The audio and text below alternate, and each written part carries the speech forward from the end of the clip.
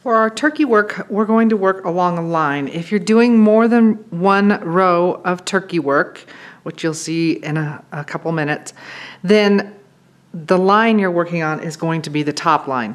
We're going to do something a little different. Don't tie a knot in your thread. We're going to go down just a little ways in on our line, bring our needle back up to the left of where we went down, and pull through, and we're going to leave a tail up on top of the fabric. And I'm working this a little bigger than I probably would so you can see it. We are going to go forward on that line, go down on the line, about the same distance beyond our tail as where we came up. And then we're going to bring the needle back up where that tail is, and at this point we want our thread to be below the needle, and pull through. Now we are going to, with the thread up above the line, go back down, and this is going to be we're going to take a short stitch, so it's about the same length as it was from one end to the middle here, and we are going to come back up on that where we went, where the stitch is there. We're going to pull, but we're going to leave a nice sized loop up above the line. Don't pull it all the way through. Then, with the thread below the line, we are going to take the needle down. This tail, or the loop up here, is going to be our midpoint. So we're going to take it down on the line to the right, bring it back up in the same hole where we went down here, and pull through. Once you pull through, that locks and this doesn't go anywhere anymore. So again, our thread is above the line. We are taking a stitch from right to left, come up at the end of this stitch, leave a loop up at the top. I'm leaving really big ones today.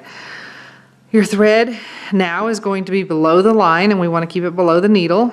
When we're working this stitch, we're going to go beyond where we have this piece sticking up, about the same distance as this. Take the needle down, come back up at the base of that, and pull through. Again, the thread is above the line. We come down on the line, up. We come up at the end of this stitch, leave a loop, and your goal is to keep the loops about the same, but we're going to be trimming them, so if they're not exactly, it's not a big deal. Now my thread is below the line and below the needle. I come forward, take a stitch from beyond here, back to that point, and pull through. And what these stitches down here are doing are locking the loops so they don't pull out. So now my thread is above the line and above the needle. I'm taking a stitch down, coming out at the end of that line, pull through, leaving a loop,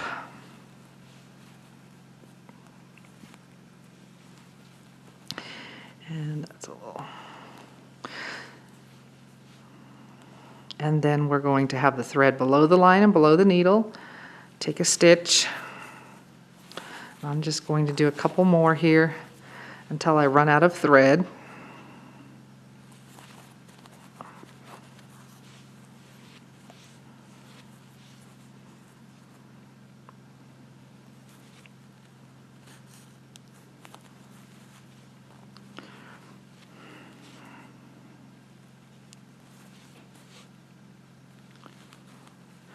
When I get to the end of the line or I'm running out of thread, go ahead and do your lock stitch. So that's the one with the thread below the line, needle over here, and pull through. And then you can just leave your tail up here on the top. You don't need to take it through to knot it. I'll just trim it off so it's out of my way. So there's one row of turkey work. I can work additional rows in exactly the same manner. I've switched colors, so maybe you'll be able to see my threads. We're just going to work, I'm going to just work another row right below this one. It will look nicer if you offset a little bit. So my tail came up here in the middle of this stitch. So this time I'm going to go down lining up with my end. I'm going to go down and I'm going to come up back to the left. And I want to leave a tail hanging up there. It's going to be harder to see now. I want my thread below the line or below my needle. I'm going to come in and out where that tail was and pull through. And then I just keep making those loops again.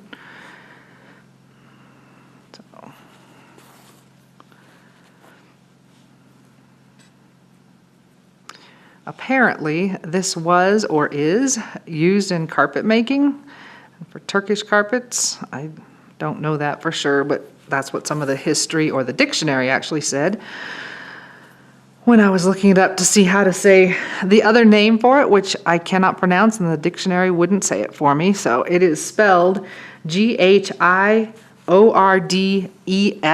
knot. I can say Turkey, so we'll stick with that. So it's Turkish rugs is where the stitch came from. So I'm doing my lock stitch, so that means my thread is below the needle. Pull through, make my loop. So I'm doing exactly the same thing I did on the last row, and you're probably going to have a hard time seeing it with all these loops in here.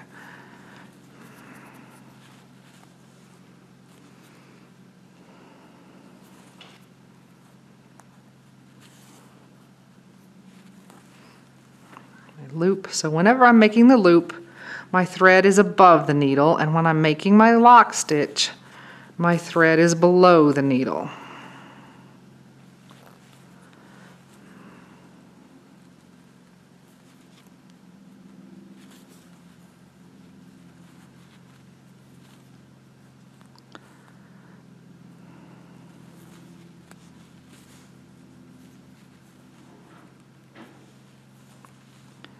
Lock stitch, and I'll do one more.